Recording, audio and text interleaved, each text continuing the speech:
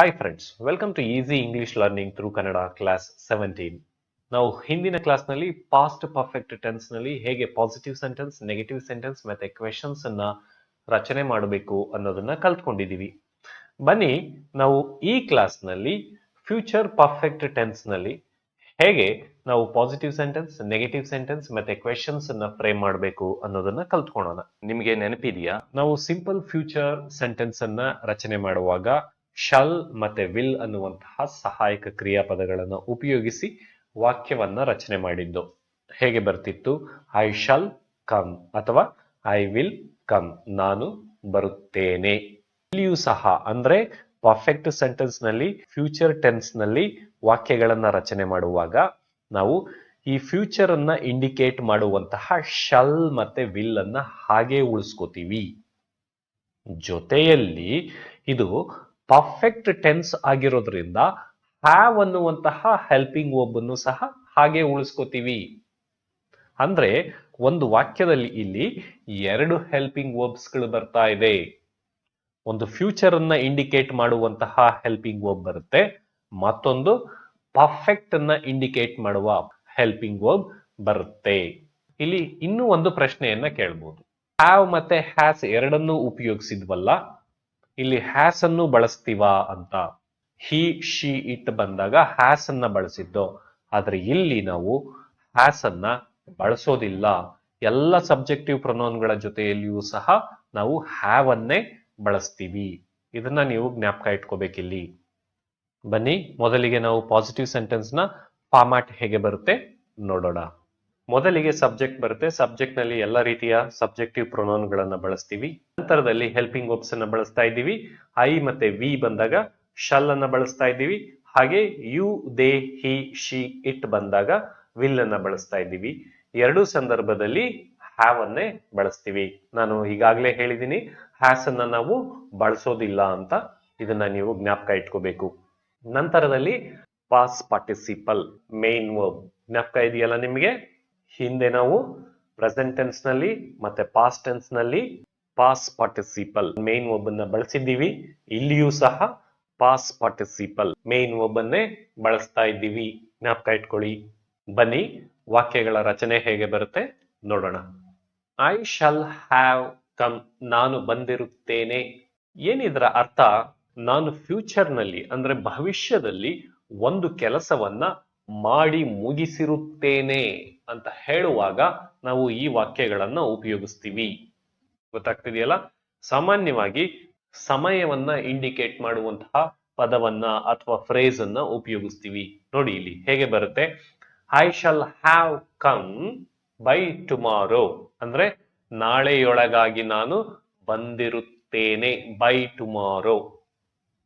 ಹಾಗೆ I shall have come by 10 o'clock, 10 ಗಂಟೆ ಒಳಗೆ ನಾನು ಬಂದಿರುತ್ತೇನೆ. ಗೊತ್ತಾಗ್ತಿದೆಯಲ್ಲ ಹೇಗೆ ಬರುತ್ತೆ ಅಂತ? ಸೊ ಇದನ್ನ ಮತ್ತಷ್ಟು ವಿಸ್ತಾರವಾದ ರೀತಿಯಲ್ಲಿ ನಾವು ಯೂಸೇಜ್ ಕ್ಲಾಸ್ ನಲ್ಲಿ ಕಲಿಯೋಣ. ವಿ ಶಾಲ್ ಹ್ಯಾವ್ ಕಮ್, ನಾವು ಬಂದಿರುತ್ತೇವೆ. ಯು ವಿಲ್ ಹ್ಯಾವ್ ಕಮ್, ನೀನು ಬಂದಿರುತ್ತೀಯ. ದೇ ವಿಲ್ ಹ್ಯಾವ್ ಕಮ್, ಅವರು ಬಂದಿರುತ್ತಾರೆ. ಹಿ ವಿಲ್ ಹ್ಯಾವ್ ಕಮ್, ಅವನು ಬಂದಿರುತ್ತಾನೆ. ಶಿ ವಿಲ್ ಹ್ಯಾವ್ ಕಮ್, ಅವಳು ಬಂದಿರುತ್ತಾಳೆ. ಇಟ್ ವಿಲ್ ಹ್ಯಾವ್ ಕಮ್, ಅದು ಬಂದಿರುತ್ತದೆ. ಕನ್ನಡದ ಅರ್ಥವನ್ನ ಚೆನ್ನಾಗಿ ಗಮನಿಸಿ. ಕನ್ನಡದಲ್ಲಿ ಅರ್ಥ ತುಂಬಾ ಚೆನ್ನಾಗಿದೆ. ಅಂದ್ರೆ ಒಂದು ಕೆಲಸವನ್ನ ನಾವು ಭವಿಷ್ಯದಲ್ಲಿ ಮಾಡಿ ಮುಗಿಸಿರುತ್ತೇವೆ ಅಂತ ಹೇಳ್ತಾ ಇದ್ದೀವಿ. ಗೊತ್ತಾಗ್ತಿದೆಯಲ್ಲ? ಹಾಗೆ ಇಲ್ಲಿ ಗಮನಿಸಿ ನೋಡಿ, ಹಿ, ಶಿ, ಇಟ್ ಬಂದಾಗ ನಾವು ಹ್ಯಾಸ್ ಅನ್ನ ಬಳಸಿಲ್ಲ, ಇಲ್ಲಿ ಹ್ಯಾವ್ ಅನ್ನೇ ಬಳಸಿದೀವಿ. ಸೊ ಈ ಫ್ಯೂಚರ್ ಟೆನ್ಸ್ ಅನ್ನ ನಾವು ಎಷ್ಟರ ಮಟ್ಟಿಗೆ ಸ್ಪೋಕನ್ ಇಂಗ್ಲಿಷ್ ನಲ್ಲಿ ಬಳಸ್ತೀವಿ ಅನ್ನುವಂತಹ ವಿಚಾರವನ್ನ ನಾನು ಕೊನೆಯಲ್ಲಿ ಹೇಳ್ತೀನಿ. ಬನ್ನಿ ಈಗ ನಾವು ಪಾಸಿಟಿವ್ ಸೆಂಟೆನ್ಸ್ ನ ಶಾರ್ಟ್ ಫಾರ್ಮ್ಯಾಟ್ ಹೇಗೆ ಬರುತ್ತೆ ನೋಡೋಣ. ಮೊದಲಿಗೆ ಸಬ್ಜೆಕ್ಟ್ ಮತ್ತೆ ಹೆಲ್ಪಿಂಗ್ ವರ್ಬ್ ಒಟ್ಟಿಗೆ ಬರ್ತಾ ಇದೆ. ಫ್ಯೂಚರ್ ಅನ್ನ ಇಂಡಿಕೇಟ್ ಮಾಡುವಂತಹ ಶಲ್ ಮತ್ತೆ ವಿಲ್ ಅನ್ನ ನಾವು ಶಾರ್ಟ್ ಫಾರ್ಮ್ಯಾಟ್ ಜೊತೆಯಲ್ಲಿ ಬಳಸ್ತಾ ಇದ್ದೀವಿ. ಪರ್ಫೆಕ್ಟ್ ಟೆನ್ಸ್ ಅನ್ನ ಇಂಡಿಕೇಟ್ ಮಾಡುವಂತಹ ಹ್ಯಾವ್ ಅನ್ನ ನಾವು ಹಾಗೆ ಉಳಿಸ್ಕೋತಾ ಇದ್ದೀವಿ. ಸೊ ನಂತರದಲ್ಲಿ ನಾವು ಪಾಸ್ಟ್ ಪಾರ್ಟಿಸಿಪಲ್ ಮೇನ್ ವರ್ಬ್ ಅನ್ನ ಬಳಸ್ತಾ ಇದ್ದೀವಿ. ಬನ್ನಿ ವಾಕ್ಯಗಳು ಹೇಗೆ ಬರುತ್ತೆ ನೋಡೋಣ. ಐ ವಿಲ್ ಹ್ಯಾವ್ ಕಮ್, ನಾನು ಬಂದಿರುತ್ತೇನೆ. ವಾಕ್ಯದ ಅರ್ಥದಲ್ಲಿ ಯಾವುದೇ ರೀತಿಯ ಬದಲಾವಣೆ ಇಲ್ಲ. ಇಲ್ಲಿ ಬದಲಾವಣೆ ಇರುವಂತದ್ದು ಶಾರ್ಟ್ ಫಾರ್ಮ್ಯಾಟ್ ನಲ್ಲಿ ಮಾತ್ರ. ಹಾಗೆ ವಿಲ್ ಹ್ಯಾವ್ ಕಮ್ ನಾವು ಬಂದಿರುತ್ತೇವೆ, ಯುಲ್ ಹ್ಯಾವ್ ಕಮ್ ನೀನು ಬಂದಿರುತ್ತೀಯ, ದೇಲ್ ಹ್ಯಾವ್ ಕಮ್ ಅವರು ಬಂದಿರುತ್ತಾರೆ, ಹೀಲ್ ಹ್ಯಾವ್ ಕಮ್ ಅವನು ಬಂದಿರುತ್ತಾನೆ, ಶೀಲ್ ಹ್ಯಾವ್ ಕಮ್ ಅವಳು ಬಂದಿರುತ್ತಾಳೆ, ಇಟ್ ವಿಲ್ ಹ್ಯಾವ್ ಕಮ್ ಅದು ಬಂದಿರುತ್ತದೆ. ಸೊ ಇದಿಷ್ಟು ಪಾಸಿಟಿವ್ ಸೆಂಟೆನ್ಸ್ ಬಗ್ಗೆ. ಬನ್ನಿ ಈಗ ನಾವು ನೆಗೆಟಿವ್ ಸೆಂಟೆನ್ಸ್ ಹೇಗೆ ಬರುತ್ತೆ ನೋಡೋಣ. ನೆಗೆಟಿವ್ ಸೆಂಟೆನ್ಸ್ ನ ಫಾರ್ಮ್ಯಾಟ್ ಏನು? ಮೊದಲಿಗೆ ಸಬ್ಜೆಕ್ಟ್ ಬರುತ್ತೆ, ನಂತರದಲ್ಲಿ ಶಾಲ್ ಮತ್ತೆ ವಿಲ್ ಹೆಲ್ಪಿಂಗ್ ವರ್ಬ್ ಗಳನ್ನ ಬಳಸ್ತಾ ಇದ್ದೀವಿ, ನಂತರದಲ್ಲಿ ನಾಟ್ ಅನ್ನುವಂತಹ ನೆಗೆಟಿವ್ ವರ್ಡ್, ನಂತರದಲ್ಲಿ ಹ್ಯಾವ್ ಹೆಲ್ಪಿಂಗ್ ವರ್ಬ್, ಕೊನೆಯಲ್ಲಿ ಪಾಸ್ಟ್ ಪಾರ್ಟಿಸಿಪಲ್ ಮೇನ್ ವರ್ಬ್. ಬನ್ನಿ ವಾಕ್ಯಗಳು ಹೇಗೆ ಬರುತ್ತೆ ನೋಡೋಣ. I shall not have come ನಾನು ಬಂದಿರುವುದಿಲ್ಲ. ಇಲ್ಲಿ ವಾಕ್ಯದ ಅರ್ಥ ಹೇಗೆ ಬರ್ತಾ ಇದೆ? ನಾನು ಫ್ಯೂಚರ್ ನಲ್ಲಿ ಅಂದ್ರೆ ಭವಿಷ್ಯದಲ್ಲಿ ಒಂದು ಕೆಲಸವನ್ನ ಮಾಡಿರುವುದಿಲ್ಲ ಅಂತ ಬರುತ್ತೆ. ಯಾವುದೇ ಕೆಲಸ ನೀವು ತಗೋಬಹುದು. I shall not have met that person ನಾನು ಆ ವ್ಯಕ್ತಿಯನ್ನ ಭೇಟಿಯಾಗಿರುವುದಿಲ್ಲ. I shall not have spoken to that person ನಾನು ಆ ವ್ಯಕ್ತಿಯೊಂದಿಗೆ ಮಾತನಾಡಿರುವುದಿಲ್ಲ. ಹೀಗೆ ನೀವು ಬೇಕಾದಷ್ಟು ವಾಕ್ಯಗಳನ್ನ ರಚನೆ ಮಾಡಬಹುದು. ಹಾಗೆ we shall not have come ನಾನು ಬಂದಿರುವುದಿಲ್ಲ, you will not have come ನೀನು ಬಂದಿರುವುದಿಲ್ಲ, they will not have come ಅವರು ಬಂದಿರುವುದಿಲ್ಲ, he will not have come ಅವನು ಬಂದಿರುವುದಿಲ್ಲ, she will not have come ಅವಳು ಬಂದಿರುವುದಿಲ್ಲ, it will not have come ಅದು ಬಂದಿರುವುದಿಲ್ಲ. ಗೊತ್ತಾಗ್ತಿದೆಯಲ್ಲ? ಬನ್ನಿ ಇದರ ಶಾರ್ಟ್ ಫಾರ್ಮ್ಯಾಟ್ ಹೇಗೆ ಬರುತ್ತೆ ನೋಡೋಣ. ಮೊದಲಿಗೆ ಸಬ್ಜೆಕ್ಟ್ ಅನ್ನು ಬಳಸ್ತೀವಿ, ನಂತರದಲ್ಲಿ ಹೆಲ್ಪಿಂಗ್ ವರ್ಬ್ ಮತ್ತೆ ನೆಗೆಟಿವ್ ವರ್ಡ್ ಒಟ್ಟಿಗೆ ಬಳಸ್ತಾ ಇದ್ದೀವಿ. ವಿಲ್ ಮತ್ತೆ ನಾಟ್ ನ ಶಾರ್ಟ್ ಫಾರ್ಮ್ಯಾಟ್ ಅನ್ನ ತಗೊಂಡಿದ್ದೀನಿ. ಏನಾಗಿ ಬರ್ತಾ ಇದೆ? ಓಂಟ್ ಆಗಿ ಬರ್ತಾ ಇದೆ. ಇಲ್ಲಿ ಶಂಟ್ ಅನ್ನ ನಾನು ತಗೊಂಡಿಲ್ಲ. ನಂತರದಲ್ಲಿ ಹೆಲ್ಪಿಂಗ್ ವರ್ಬ್ ಹ್ಯಾವ್, ಕೊನೆಯಲ್ಲಿ ಪಾಸ್ಟ್ ಪಾರ್ಟಿಸಿಪಲ್ ಮೇನ್ ವರ್ಬ್. ಬನ್ನಿ ವಾಕ್ಯಗಳು ಹೇಗೆ ಬರುತ್ತೆ ನೋಡೋಣ. ಐ ವೋಂಟ್ ಹ್ಯಾವ್ ಕಮ್ ನಾನು ಬಂದಿರುವುದಿಲ್ಲ. ಸೊ ವಾಕ್ಯದ ಅರ್ಥದಲ್ಲಿ ಯಾವುದೇ ರೀತಿಯ ಬದಲಾವಣೆ ಇಲ್ಲ. ಬದಲಾವಣೆ ಇರುವಂತದ್ದು ಶಾರ್ಟ್ ಫಾರ್ಮ್ಯಾಟ್ ನಲ್ಲಿ ಮಾತ್ರ. ಸೊ ಇಲ್ಲಿ ನೀವು ಶಂಟ್ ಬದಲಿಗೆ ವೋಂಟ್ ಅನ್ನೇ ಬಳಸಬಹುದು. ವಿ ವೋಂಟ್ ಹ್ಯಾವ್ ಕಮ್ ನಾವು ಬಂದಿರುವುದಿಲ್ಲ, ಯು ವೋಂಟ್ ಹ್ಯಾವ್ ಕಮ್ ನೀನು ಬಂದಿರುವುದಿಲ್ಲ, ದೇ ವೋಂಟ್ ಹ್ಯಾವ್ ಕಮ್ ಅವರು ಬಂದಿರುವುದಿಲ್ಲ, ಹಿ ವೋಂಟ್ ಹ್ಯಾವ್ ಕಮ್ ಅವನು ಬಂದಿರುವುದಿಲ್ಲ, ಶಿ ವೋಂಟ್ ಹ್ಯಾವ್ ಕಮ್ ಅವಳು ಬಂದಿರುವುದಿಲ್ಲ, ಇಟ್ ವೋಂಟ್ ಹ್ಯಾವ್ ಕಮ್ ಅದು ಬಂದಿರುವುದಿಲ್ಲ. ಗೊತ್ತಾಗ್ತಿದೆಯಲ್ಲ ಮೊದಲನೇ ಶಾರ್ಟ್ ಫಾರ್ಮ್ಯಾಟ್ ಹೇಗೆ ಬರ್ತಾ ಇದೆ ಅಂತ? ಸೊ ವಿಲ್ ಮತ್ತೆ ನಾಟ್ ಒಟ್ಟಿಗೆ ಸೇರಿ ವೋಂಟ್ ಆಗಿ ಬರ್ತಾ ಇದೆ. ಬನ್ನಿ ಎರಡನೇ ಶಾರ್ಟ್ ಫಾರ್ಮ್ಯಾಟ್ ಹೇಗೆ ಬರುತ್ತೆ ನೋಡೋಣ. ಮೊದಲಿಗೆ ಸಬ್ಜೆಕ್ಟ್ ಮತ್ತೆ ಹೆಲ್ಪಿಂಗ್ ವರ್ಬ್ ಒಟ್ಟಾಗಿ ಬರ್ತಾ ಇದೆ, ನಂತರದಲ್ಲಿ ನೆಗೆಟಿವ್ ವರ್ಡ್ ನಾಟ್, ನಂತರದಲ್ಲಿ ಹೆಲ್ಪಿಂಗ್ ವರ್ಬ್ ಹ್ಯಾವ್, ಕೊನೆಯಲ್ಲಿ ಪಾಸ್ಟ್ ಪಾರ್ಟಿಸಿಪಲ್ ಮೇನ್ ವರ್ಬ್. ಬನ್ನಿ ವಾಕ್ಯಗಳ ರಚನೆ ಹೇಗೆ ಬರುತ್ತೆ ನೋಡೋಣ. I will not have come ನಾನು ಬಂದಿರುವುದಿಲ್ಲ. ಇಲ್ಲಿ ವಾಕ್ಯದ ಅರ್ಥದಲ್ಲಿ ಯಾವುದೇ ಬದಲಾವಣೆ ಇಲ್ಲ. ಬದಲಾವಣೆ ಇರುವಂತದ್ದು ಶಾರ್ಟ್ ಫಾರ್ಮ್ಯಾಟ್ ನಲ್ಲಿ ಮಾತ್ರ. ವಿಲ್ ನಾಟ್ ಹ್ಯಾವ್ ಕಮ್ ನಾವು ಬಂದಿರುವುದಿಲ್ಲ, you will not have come ನೀನು ಬಂದಿರುವುದಿಲ್ಲ, ದೇಲ್ ನಾಟ್ ಹ್ಯಾವ್ ಕಮ್ ಅವರು ಬಂದಿರುವುದಿಲ್ಲ, ಹೀಲ್ ನಾಟ್ ಹ್ಯಾವ್ ಕಮ್ ಅವನು ಬಂದಿರುವುದಿಲ್ಲ, ಶೀಲ್ ನಾಟ್ ಹ್ಯಾವ್ ಕಮ್ ಅವಳು ಬಂದಿರುವುದಿಲ್ಲ, it will not have come ಅದು ಬಂದಿರುವುದಿಲ್ಲ. ಸೊ ಹೀಗೆ ಎರಡನೇ ಶಾರ್ಟ್ ಫಾರ್ಮ್ಯಾಟ್ ಬರ್ತಾ ಹೋಗುತ್ತೆ. ಬನ್ನಿ ನಾವೀಗ ಕ್ವೆಶನ್ಸ್ ಹೇಗೆ ಬರುತ್ತೆ ನೋಡೋಣ. ಕ್ವೆಶನ್ಸ್ ನಲ್ಲಿ ಎರಡು ರೀತಿಯ ಕ್ವೆಶನ್ಸ್ ಬರುತ್ತೆ. ಮೊದಲಿಗೆ ಪಾಸಿಟಿವ್ ಕ್ವೆಶನ್ಸ್, ನಂತರ ನೆಗೆಟಿವ್ ಕ್ವೆಶನ್ಸ್. ಬನ್ನಿ ಮೊದಲಿಗೆ ಪಾಸಿಟಿವ್ ಕ್ವೆಶನ್ಸ್ ಹೇಗೆ ಬರುತ್ತೆ ನೋಡೋಣ. ಫಾರ್ಮ್ಯಾಟ್ ಏನು? ಮೊದಲಿಗೆ ಹೆಲ್ಪಿಂಗ್ ವರ್ಬ್ ಶಾಲ್ ಮತ್ತೆ ವಿಲ್ ಅನ್ನು ಉಪಯೋಗಿಸ್ತಾ ಇದ್ವಿ, ನಂತರದಲ್ಲಿ ಸಬ್ಜೆಕ್ಟ್, ನಂತರದಲ್ಲಿ ಹೆಲ್ಪಿಂಗ್ ವರ್ಬ್ ಹ್ಯಾವ್, ಕೊನೆಯಲ್ಲಿ ಪಾಸ್ಟ್ ಪಾರ್ಟಿಸಿಪಲ್ ಮೇನ್ ವರ್ಬ್. ಬನ್ನಿ ವಾಕ್ಯಗಳು ಹೇಗೆ ಬರುತ್ತೆ ನೋಡೋಣ. ಶಲ್ ಐ ಹ್ಯಾವ್ ಕಮ್ ನಾನು ಬಂದಿರಲ್ಲ. ಇಲ್ಲಿ ಕನ್ನಡದ ಅರ್ಥವನ್ನು ಗಮನಿಸಿ. ನಾನು ಬಂದಿರಲ್ಲ ಅಂತ ಬೇಕಾದ್ರೂ ಕೇಳಬಹುದು, ಅಥವಾ ನಾನು ಬಂದಿರುತ್ತೇನಾ ಅಂತ ಬೇಕಾದ್ರೂ ಕೇಳಬಹುದು.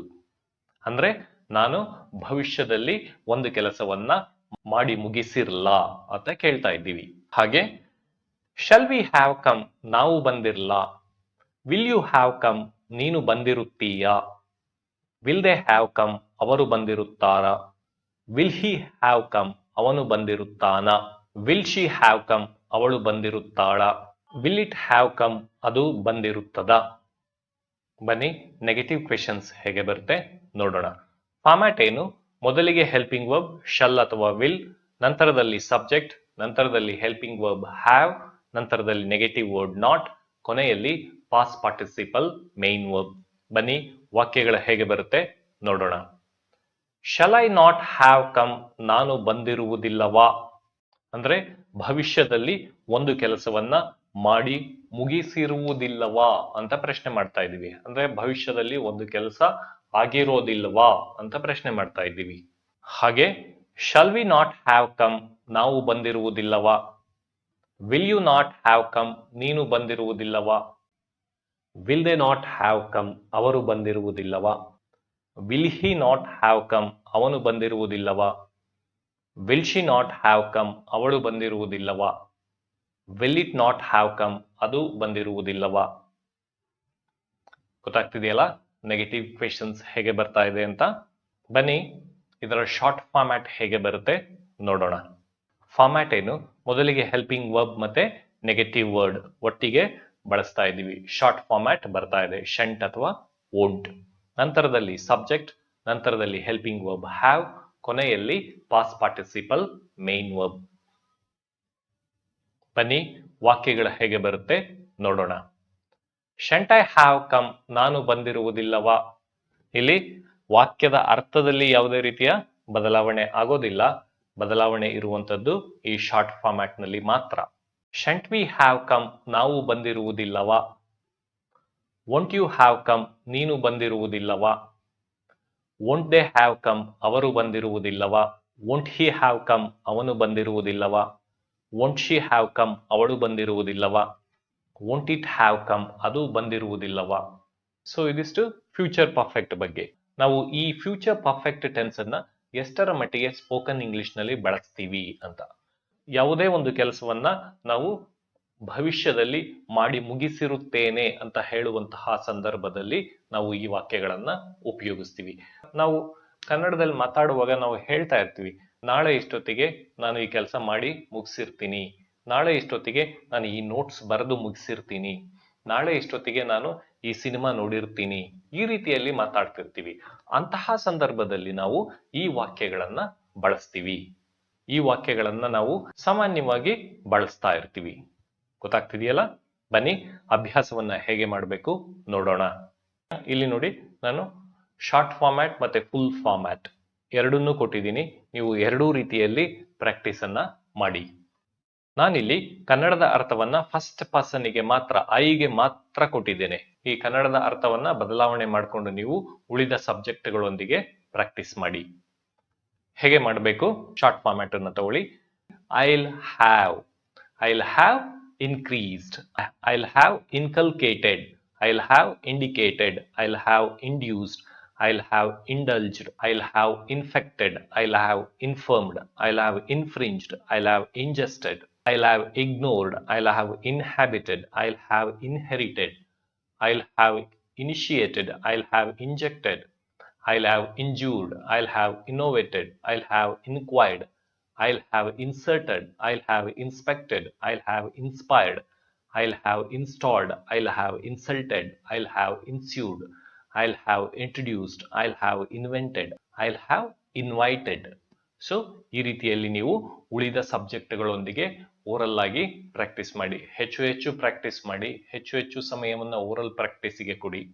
ಆಗ ಮಾತ್ರ ಭಾಷೆ ಬರ್ತಾ ಹೋಗುತ್ತೆ. ಸೊ ಈ ಕ್ಲಾಸ್ ಇಷ್ಟ ಆಗಿದ್ರೆ ದಯವಿಟ್ಟು ಒಂದು ಲೈಕ್ ಅನ್ನ ಕೊಡಿ. ಹಾಗೆ ಹೊಸದಾಗಿ ವಿಡಿಯೋ ನೋಡ್ತಾ ಇದ್ರೆ ಸಬ್ಸ್ಕ್ರೈಬ್ ಮಾಡಿ, ಬೆಲ್ ಐಕಾನ್ ಅನ್ನ ಪ್ರೆಸ್ ಮಾಡಿ. ಮುಂದಿನ ಕ್ಲಾಸ್ನಲ್ಲಿ ಮತ್ತೆ ಸಿಗೋಣ. Thank you friends.